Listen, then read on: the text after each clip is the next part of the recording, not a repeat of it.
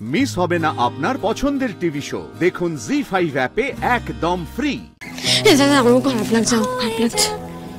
এটা হচ্ছেটা কি আজব ব্যাপার। আচ্ছা ফিজিওথেরাপি যখন আপনাকে ফিজিওথেরাপিস্ট এসে করে তখন তো আপনি এরকম করেন না বোধহয়, তাহলে আমি করছি এরকম কেন করছেন আপনি? আপনি উঠুন, আপনি আমার সাথে আমার ঘরে চলুন। শোনো শোনো, আমি একটা কথা বলি, আমি বলি কি কাছে পিঠে কোনো একটা হোটেল। না মা, তোমার এইরকম শরীরের অবস্থায় তুমি কোনো হোটেলে গিয়ে থাকবে না। এসো মা,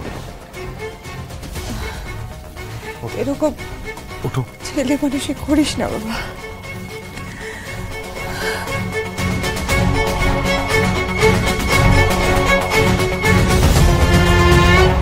এই সুযোগটা কিছুতেই ছাড়া যাবে না।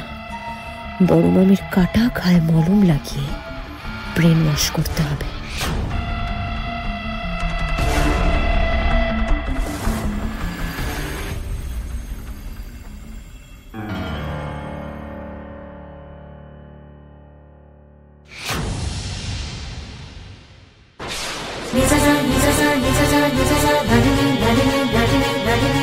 আমি এতদিন ধরে যা যা ভেবেছি সেটাই ঠিক, একদম ঠিক সেটা। শ্যামলী এ বাড়িতে থাকলে না আমি সূর্য সুখে থাকবো, না এই সংসার আমার হবে, না অনি আমার আপন হবে, আর অনি অনন্যাও সুখে থাকবে না। শুধু আমার রক্তক্ষরণ হবে। সবকিছু কেড়ে নেবে ওই শ্যামলী আমার কাছ থেকে।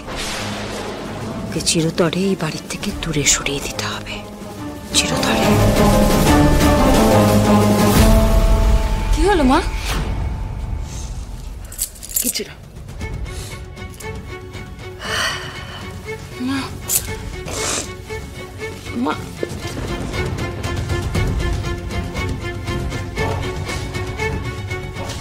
মায়ের জন্য খুব খারাপ লাগছে জানিস তো। মা আজকে খুব কষ্ট পেয়েছে।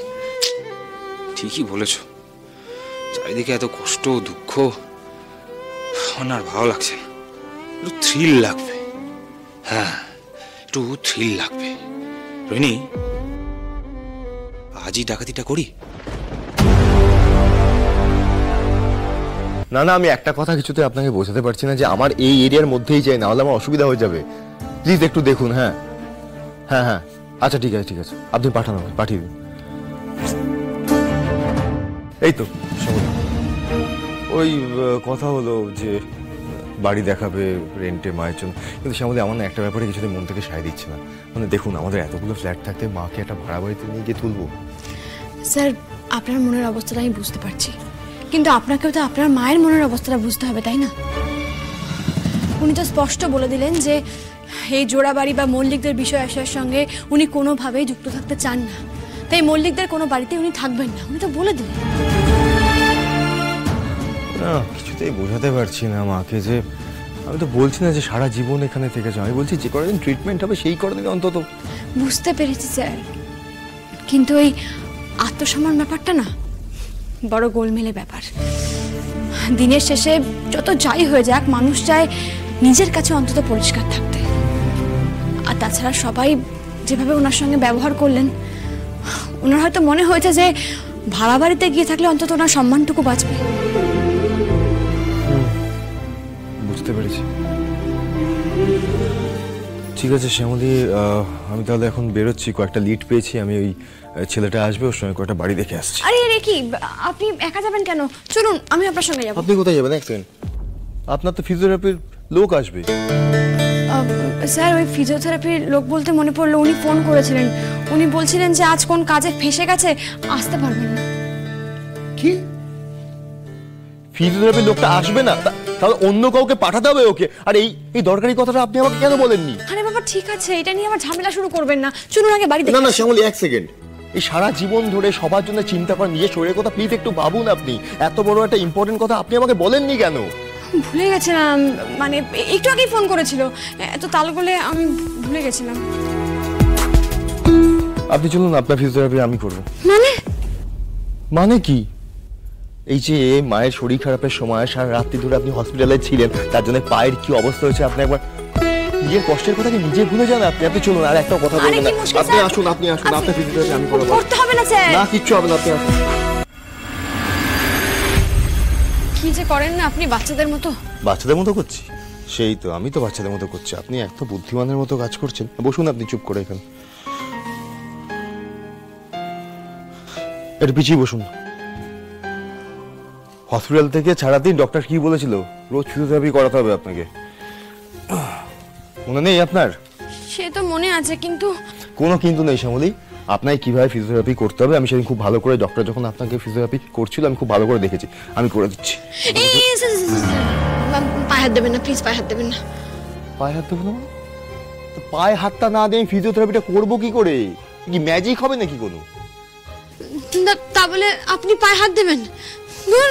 ভালো লাগে না। আমি না একটা কথা বুঝতে পারছি না, যে ফিজিওথেরাপিস্ট আসতো উনিও তো পায়ে হাত দিয়েই ফিজিওথেরাপিটা করতো, তখন কি হলো? চুপ করে আছেন কেন? বলুন, তখন কি করতেন? আসলে আমি কি অনেকটা বড় হয়ে গেছি?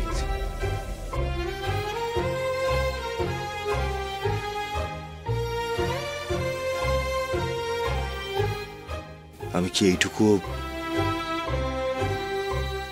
আমাকে আমার কাজটা করতে দিন আপনি, প্লিজ প্লিজ।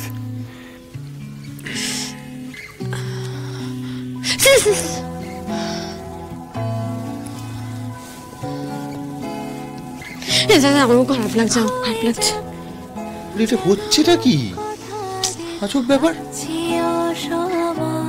আচ্ছা, ফিজিওথেরাপি যখন আপনাকে ফিজিওথেরাপিস্ট এসে করে তখন তো আপনি এরকম করেন না বোধহয়। তাহলে আমি করছি বলে এরকম কেন করছেন আপনি? আচ্ছা, আপনাকে তো দৌড়াতে হবে। আপনার তো স্বপ্ন আছে, আগে আপনি যেরকম ভাবে দৌড়ে হেঁটে চলে ঘুরে বেড়াতেন, এত কাজ করতেন, সেটা তো করতে হবে শ্যামলী। আপনি এখন যা করছেন সবটা মনের জোরে, কিন্তু পায়ের জোরটা নেই। এই পায়ের জোরটা বাড়ানোর জন্য ফিজিওথেরাপিটা রোজ করতে হবে, ডক্টর বলেছে আপনাকে। প্লিজ আমাকে ডিস্টার্ব করুন, চুপ করে বসে থাকবেন এখানে। দাঁড়ান।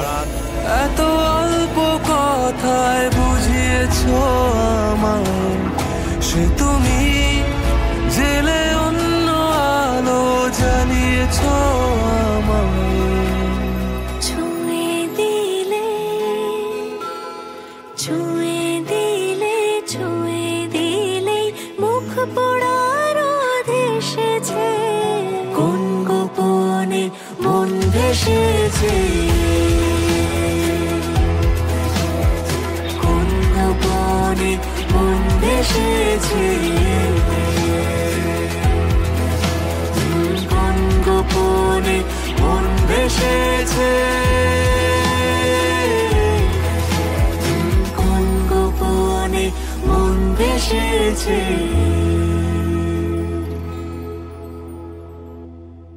জি5 ডাউনলোড করুন আর সব এপিসোড দেখুন একদম ফ্রি।